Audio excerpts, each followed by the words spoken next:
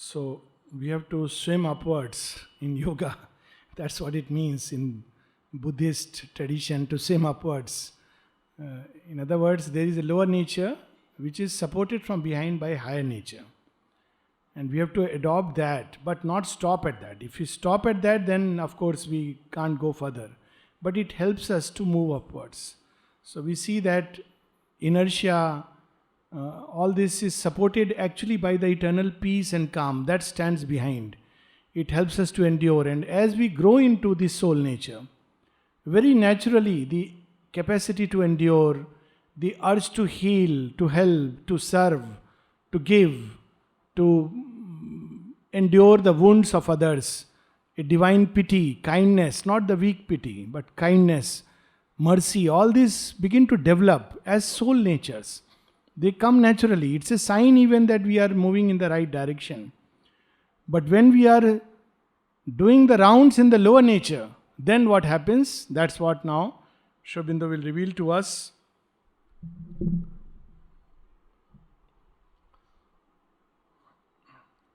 She ceased, and like an echo from below.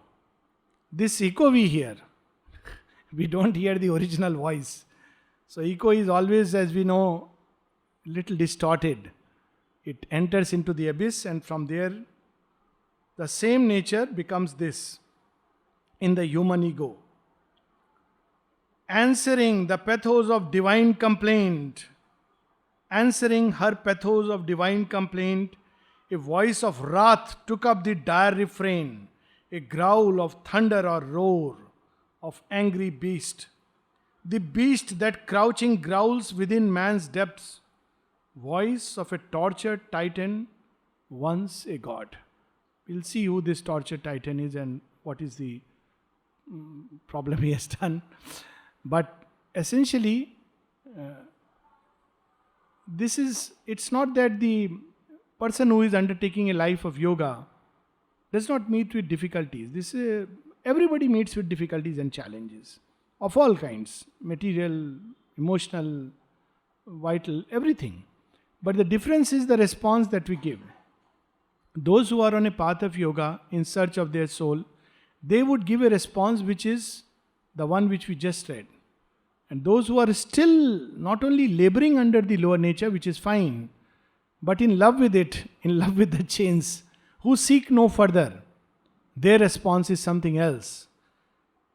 So, when this voice arises, we should be cautious, careful, vigilant.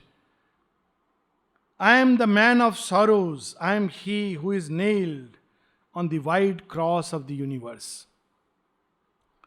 It's not the true response. The response of Christ is forgive them. It's a response of love, pity, mercy. They are ignorant. But there is another response we can give. Oh, I am nailed upon the cross of the universe. To enjoy my agony, God built the earth. Oh, there is God, I know. He loves our pain. There are even philosophies which say He wants us to be in pain so that we can worship Him. It's the cruelest kind of understanding of God. People believe it. He loves our pain. People sacrifice. There used to be at one point of time human sacrifices to satisfy God. Even now, people believe that if we do this, kill, then God will be very happy. So He loves, it seems He loves, He has built the world for that. My passion, He has made His drama's theme. He is enjoying watching like a television out here, our local channel. He has sent me naked into His bitter world, which is not true. As we have seen, nobody is sent without the psychic spark, without the threefold nature and the divine presence behind. This is minimum. And of course the body constituted by this nature. All this is minimum given to us, free gift. But that's not what the Titan sees. He says, He has sent me naked. He didn't care for me. He didn't bother about me. We didn't value the gifts. And beaten me with His rods of grief and pain, that I might cry and grovel at His feet. See, this is the difference between people often, pity Karna. Actually, Karna has to be pitied only for one thing. Not because he was, abandoned and all this. Even Pandavas were abandoned. But Krishna was abandoned, if you look at it like that. But he is to be pitied only for one thing, that he was such a talented, capable person. And he completely misused it by lending itself to the gigantic ego of Duryodhana. He is to be pitied only for that. Not because his mother abandoned him, because he, though a Kshatriya, had to become a charioteer. It's okay, these are the challenge. After all, he's Suryaputra. He can't take ordinary challenges. He has to take tough challenges and prove his worth. But instead, he did this. This is the difference. It's so inspiring what attitude makes such a difference. This lady Sindhu who won a silver.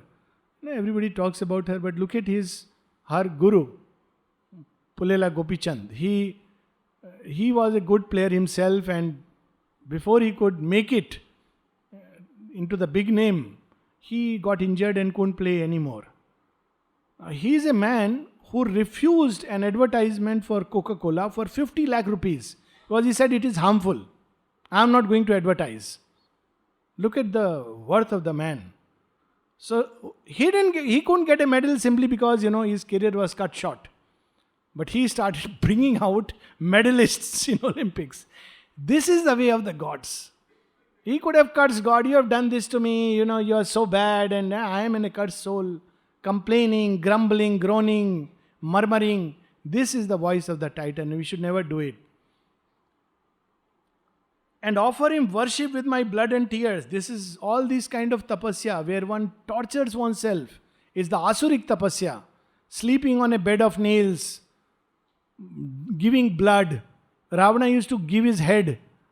Suffering. All this is the tapasya of the Titan. Why? Because he thinks God likes it. He believes that God will be happy if I do it. Or sacrificing goats and, animals. This is the Asurik tapasya. It's a misconception that divine likes it. I am Prometheus under the vulture's beak.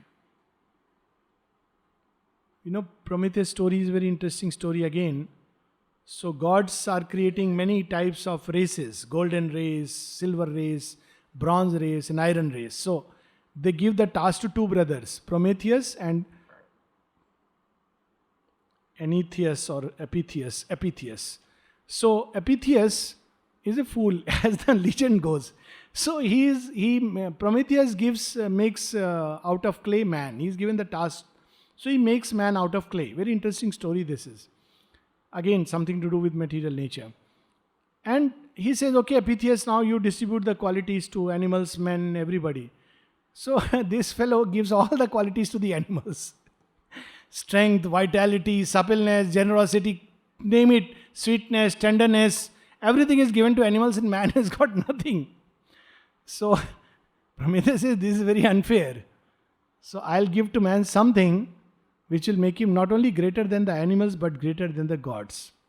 So he first goes and tells Zeus, please give that fire which burns in Olympus. He says, no way. Whatever is done is done. Please give it. No. So he steals the fire. And that fire he carries and gives to man. Now the moment this is done, Zeus and his band, they know. Now man, because of this fire alone, even if he has nothing, he will get everything. And he will grow greater than even us gods. In fact, there is a very interesting story interconnected with it, just a couple of minutes. That Zeus knows that one day he is going to be overpassed. And he knows Prometheus has the secret. So he says, you reveal the secret and I'll let you free. So he gives him a punishment where he will be in the vulture's beak and the vultures will eat his liver at night, but in the morning it'll grow again. So he can't kill him because Prometheus now has the fire. He can't be killed, but he can be tortured. He's become outcast from heaven because he has revolted against the law. And that is why, but he had a purpose in it. It's literally a divinely inspired movement. And he comes to earth and he's tied on some mountain, whatever it be, but tied down to earth nature where he has to suffer the agony for man. So he's told, either you reveal who will overpass me, some mortal is going to overpass me. Not realizing the fire is with the mortal and they will overpass you. You give me the name, I'll let you free. Or else, somebody has to die for you and somebody has to kill the vulture. So there is a, what do they call, horse and man.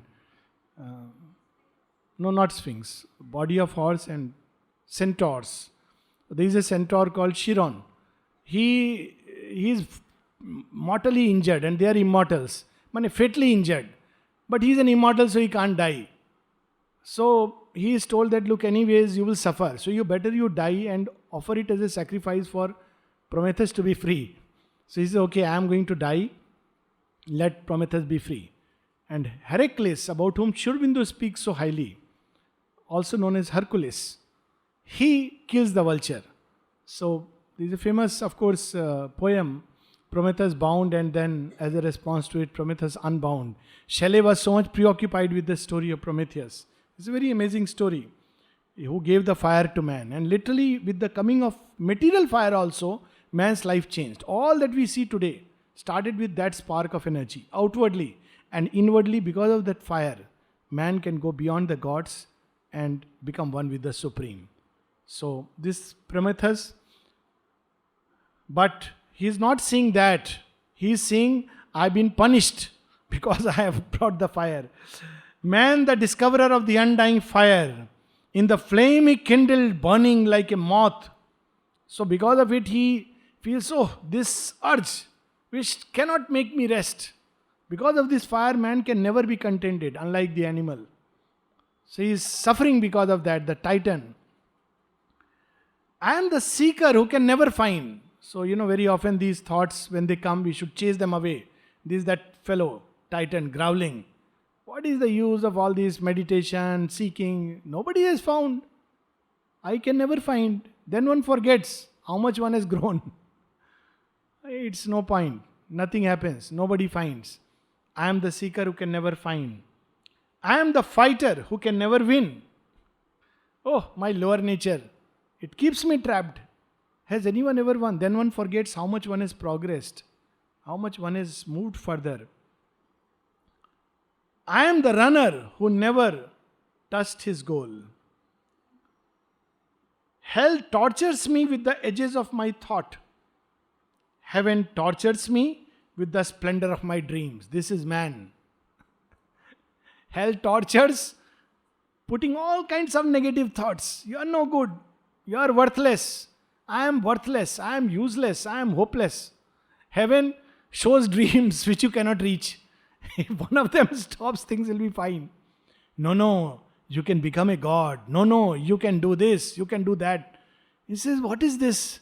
Both ways I am tortured. Heaven shows me dreams, but I cannot do it.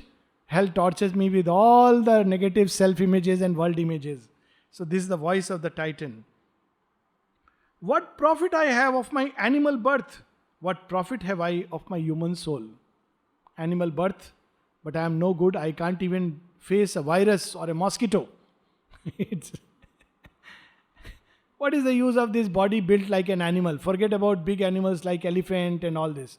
Only a chicken I can probably trick and deceptively swallow. Otherwise I can't. Most animals are better off than me. What is the profit? And yes, soul is inside, but what will I do with my soul? It cannot build for me a house. It cannot buy for me a Mercedes car. So this is that titanic voice. Sri Aurobindo is reminding us, because of course he is describing the lower nature, and this is the tamoguni prakriti, typical. I am worthless, I am useless. When these thoughts come, we are under the prabhav of tamogun at its worst. One should shake it off. If nothing else, do some activity. Dance, jump, sing, run, play. Shake off the tamas. Otherwise it will swallow us. So this, what is the use? People say soul, I can't do. Are it try? No, I will not try. People are sitting. They won't even go for meditation. Won't even go to ashram. What is the use? These are typical thoughts. These are thoughts we have to immediately remove. I toil like the animal die. I am man the rebel, man the helpless serf. Fate and my fellows cheat me of my wage. This is what happens when we have this drishti clouded by tamas. So initially, much earlier, even now sometimes people ask, They ask, Acha, Pavitra had cancer. Oh, they pity. They say, oh, he had cancer. Acha, why is it that all the sadhaks die? Some die of cancer, this, that. They want to know this. I tell them, don't see the cancer. See the delight of living in the divine. Cancer is a small thing for them. Look at the way Pavitrada pumped himself completely into mother. A life lived gloriously. Arunadi, amazing. 2 days before she left her body, or yesterday, I have seen her last 2-3 years having cancer, several times having all kinds of pneumonia, this, that. Doctors are forcing her to stay, and she would say, no, I'm fine, I'm going. She would go away. Written off by everybody, no treatment, nothing. Then, of course, you reach a point where the material body, but even then, till 3 days back, I would ask her, Arunadi, how are you? I'm fine. Faint smile, I'm fine. Never uttered a word that I have this problem. You have to make out that skin is erupting, this, that, there is a problem because total leukocyte count. Ask her. Doctors will ask her repeatedly, you having a problem? Please tell me. No word. Just that one can see sometimes an effort to smile because she's not able to smile. But you can see that there is an effort to smile. No wonder, while her body was lying in state, such peace and sweetness in that atmosphere. That one has to see. Not that, she had cancer. This is the our way of seeing. But look at the worthwhile life, dedicated life, all through. Last 30 years, 25 years, I have seen her just the same. This is the experience, I think, of many. Just the same, like a little child.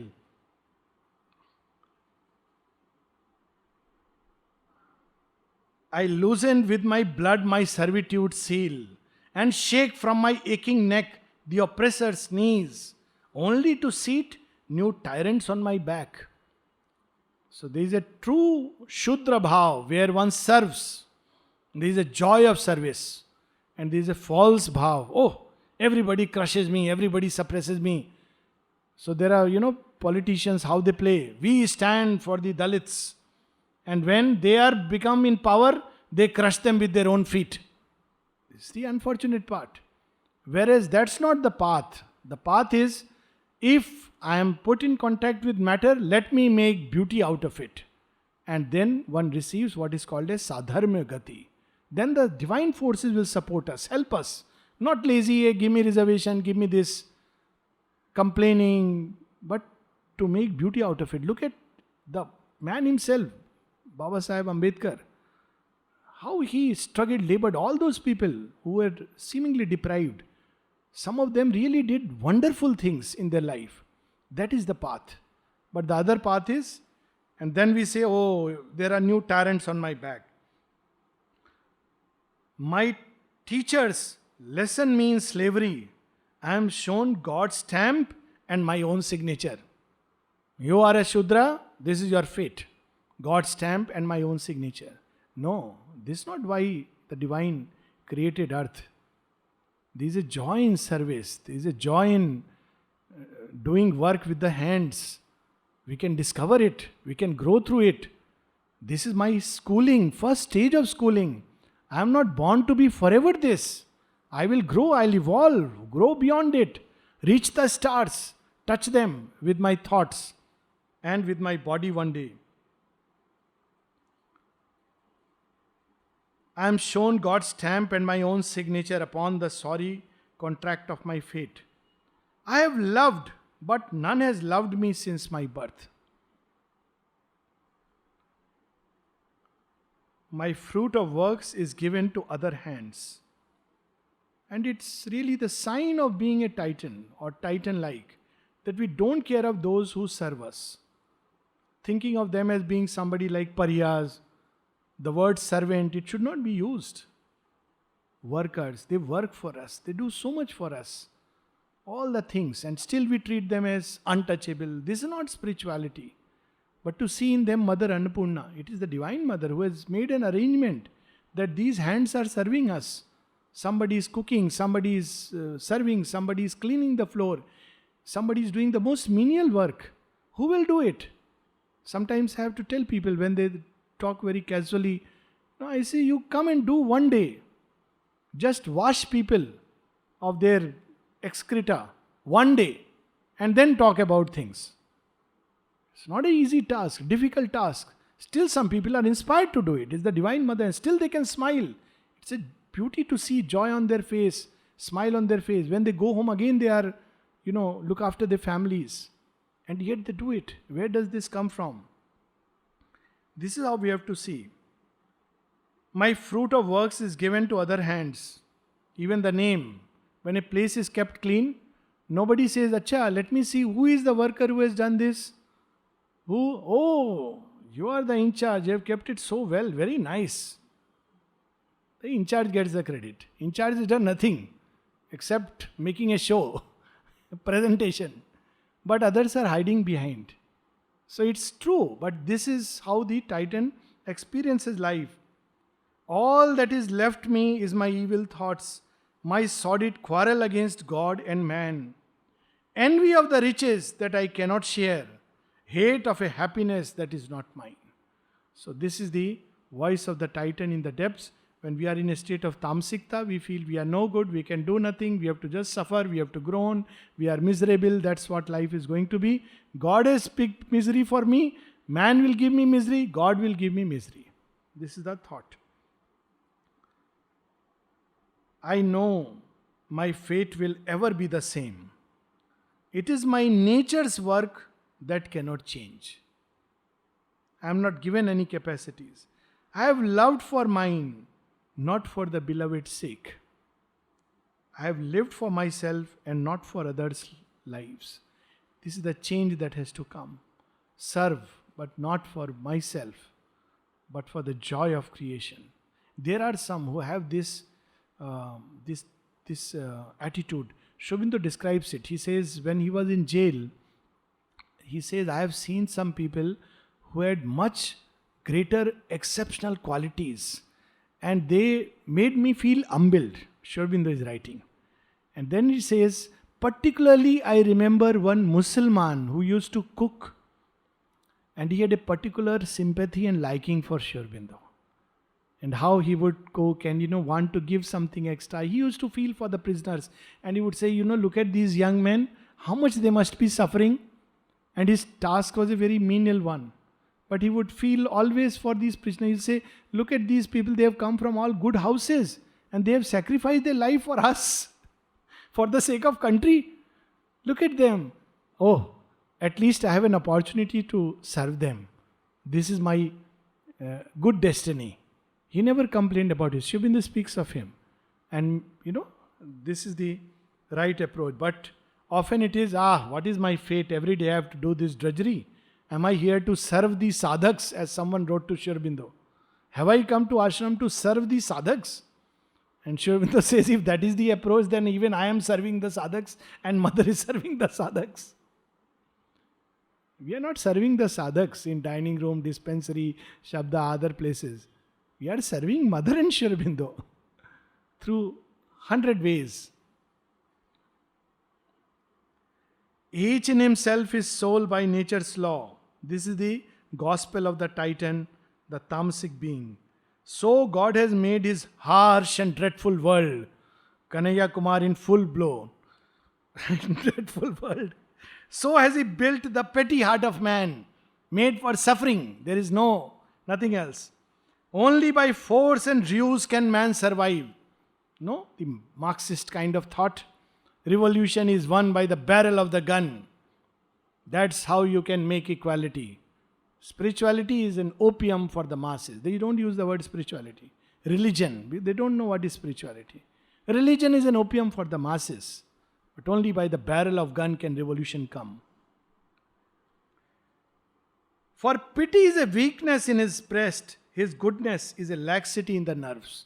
Titanic beings don't like it. They are harsh by nature. If they see somebody very soft and sweet, they say, he's not good. He doesn't understand. He has mercy, he has kindness. These are not the good things. And they associate divinity with harshness, hardness, That's not what divinity is. His kindness and investment for return. If they see somebody kind, they'll say, Jarur kuch matlab hoga. He must be having some ulterior motive. There can be no kindness in this world. The gospel of the tamasic asuras, rakshasas. You cannot, if you are kind, there must be some purpose. So their kindness is also like that. When they are kind, it's because they want something in return. So they believe the whole world, if ever they see kindness, it's because something they want in return. If they see somebody who is sweet-natured, soft-natured, they'll say he's weak. Pity, mercy is weakness. His altruism is ego's other face. He serves the world that him the world may serve. And then what does this Titan want? He is chained. He wants suddenly some strength which can overthrow everything. That's why he is not given it, because he is not ready for it.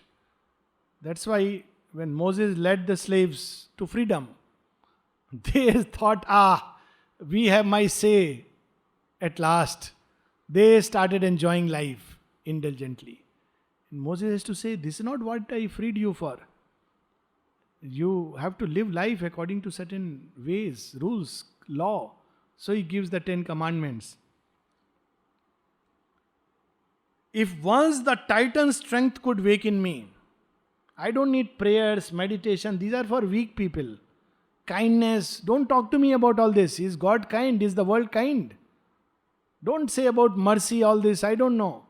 I want the strength of the Titan. Which Titan? If once the Titan's strength could wake in me, if Enceladus from Etna could arise, one of the Titans in the Devasur Sangram, recorded in Greek mythology. So he is chained in Mount Etna. It's a volcano, by the way. I mean, symbolically, it's the name given to a volcano, but the story is Enceladus. So he is like a volcano. He is all the time groaning, grumbling inside, wanting to erupt, but he cannot erupt.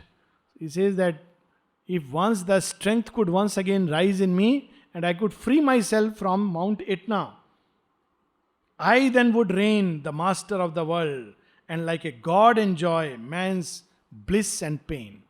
That's why the asuras do tapasya. I want to be Trilokadhipati. I want to be the master of the world. Why? Not for doing good. So that I will also enjoy like God. Keep everybody under my toe, below my thumb. That's why the Titan wants power and position, not to serve mankind. And Sri Aurobindo says the sign of the Superman beautifully. They rule to serve and serve to rule. There's their path, not to crush below their feet. But God has taken from me the ancient force. There is a dull consent in my sluggish heart, a fierce satisfaction with my special pangs, as if they made me taller than my kind.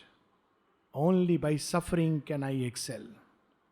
So ultimately, the Titan reaches a point. He says, God has made me from suffering. He begins to enjoy his suffering and becomes, there are 15 minutes more. And begins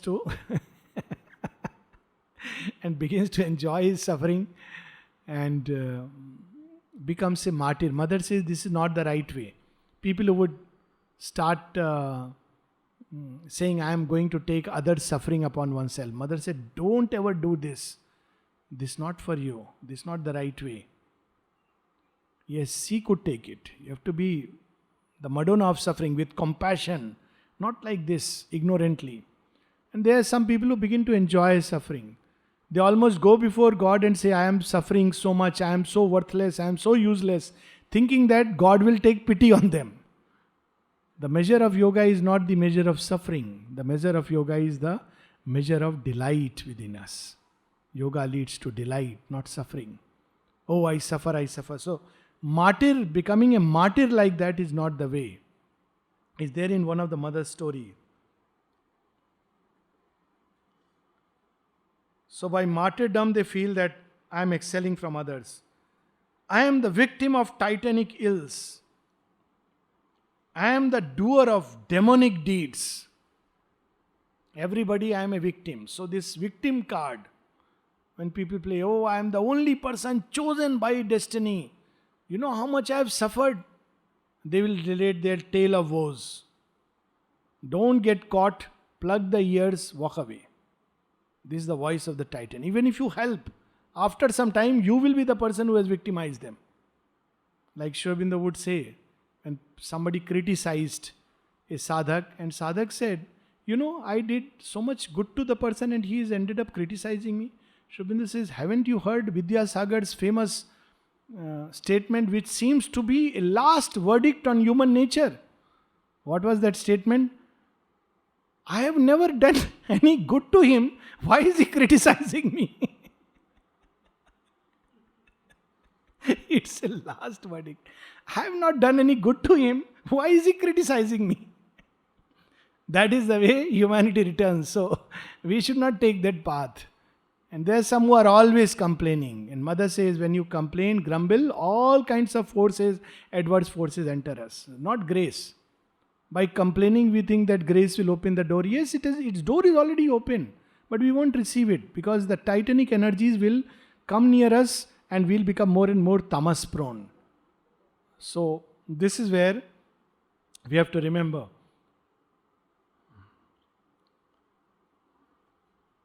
Evil I must be and by evil live. I was made for evil. Evil is my lot. I can't help it. That's what my nature is. Tamas cannot make any effort to come out of evil. It says, this is my nature. I can't change. I am what I am. I get angry, I am unkind, yes, this is my nature. You call me evil, yes. That's what I am given by God. Evil I must be and by evil live. Not other can I do but be myself. What nature made me, that I must remain. Typical tamasic, when utter tamas, this is the statement. I can't help it, that's my nature. Even in Sri Aurobindo's yoga, same excuse where the goal is transforming nature. It's my nature, I can't help it. Who is asking you to help it? Call for grace to help. But don't justify it. But this is my nature.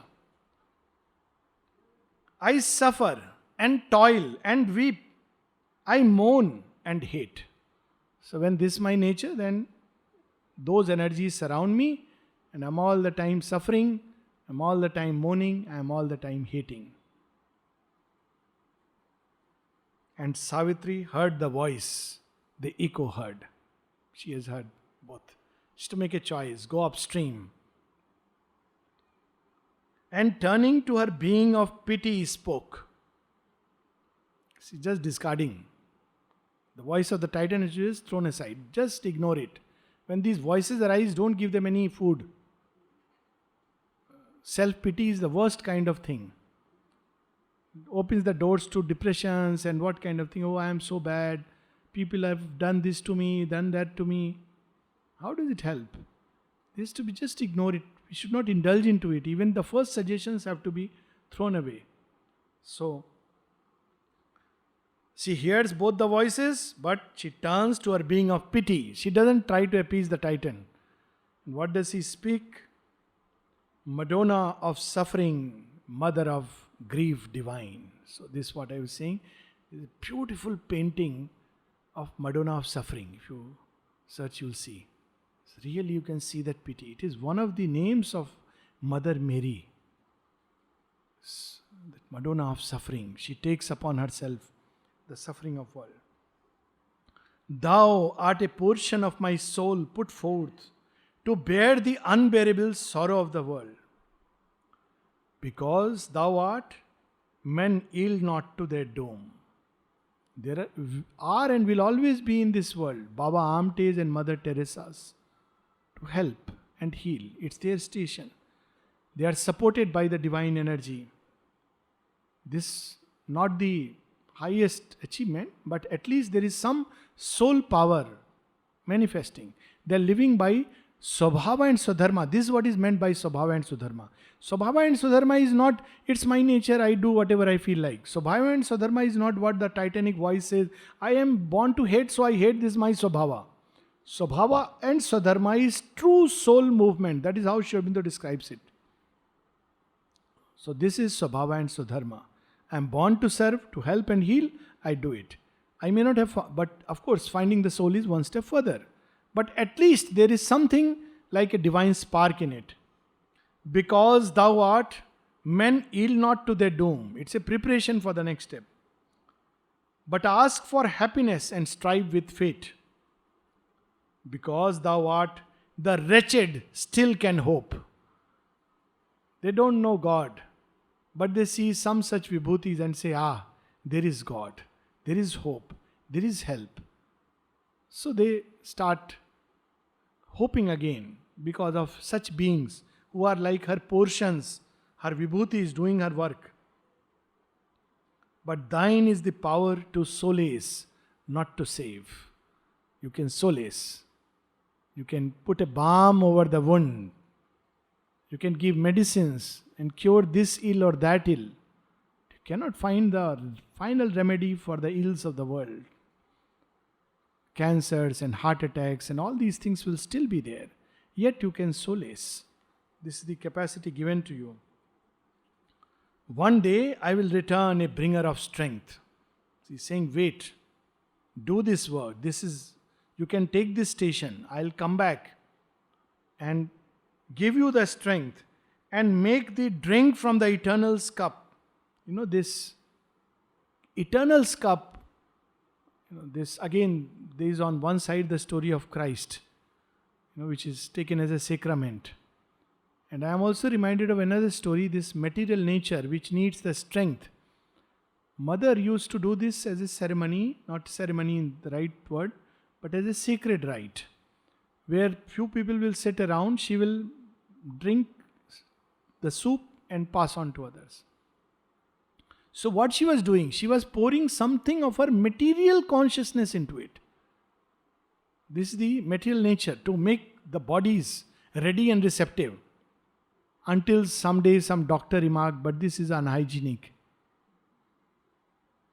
This is the real meaning of prasad. And Sri Aurobindo that time said, brutes under his breath. She was pouring something of herself out. Taste from the eternal's cup. That's what she was doing, eternal's cup. That's what it means in dream if we see mother giving us milk or water. That's what it means. That's what it means in the temples where prasad and the charnamrit from the eternal's cup. If we take it in the right spirit, it gives us strength. If we take it in the wrong spirit, then it's bacteria and viruses. Depends on how we look at it. His streams of force shall triumph in thy limbs, and wisdom's calm control thy passionate heart. Thy love shall be the bond of humankind. So this is how she predicts and foresees the transformation of material nature. It has tied whole earth in a single bond, her love, and she says one day it will be so. Its obscurity will turn into light. Compassion, the bright key of nature's acts. That should be the motive of all our actions. Love should be the bond between people, not relatives, which are relatives anyways. So relatives are relatives, not absolute. The bond of the absolute is a bond of love. And the motive of action, not money, position, power, etc., but compassion. She says one day it will happen. Misery shall pass abolished from the earth. Then misery will pass away. As long as men's hearts are full of hatred and filled with the Titan's voice, there is no chance, no hope. The world shall be freed from the anger of the beast. This compassion has the power to free even the beast from their anger. So many stories when people came to Mother and Sri Aurobindo and how they changed. And the classic story of Angulimal, who is killing people when he comes to Buddha.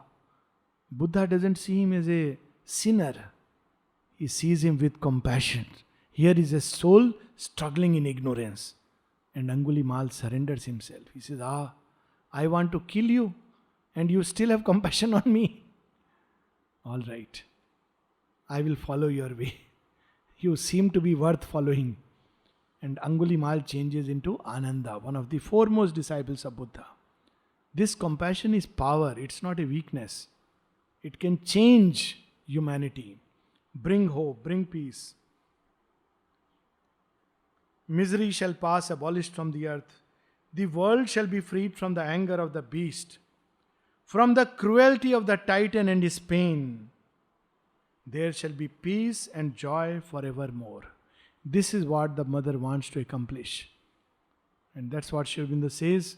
Not only is there hope for Godhead's pure, but even the dark deities who leapt in anger and revolt, they too are safe. A mother's arms, outstretched, desires her rebel sons. They will find what, in fact, the line is also, there's one more line. They leapt in anger and revolt to find what the white gods missed. They missed something. They've leapt in anger and revolt. Mother understands it. So her arms are outstretched to desire her rebel sons. Who are these rebel sons? The Asuras. What have the white god missed? Compassion and love. The great secret. So this is the mother's gift. This is the future, the prophecy after she passes through the Madonna of suffering. We'll continue the next. Tomorrow will be the last session, where hopefully we'll finish the next Madonna. Last session for this season.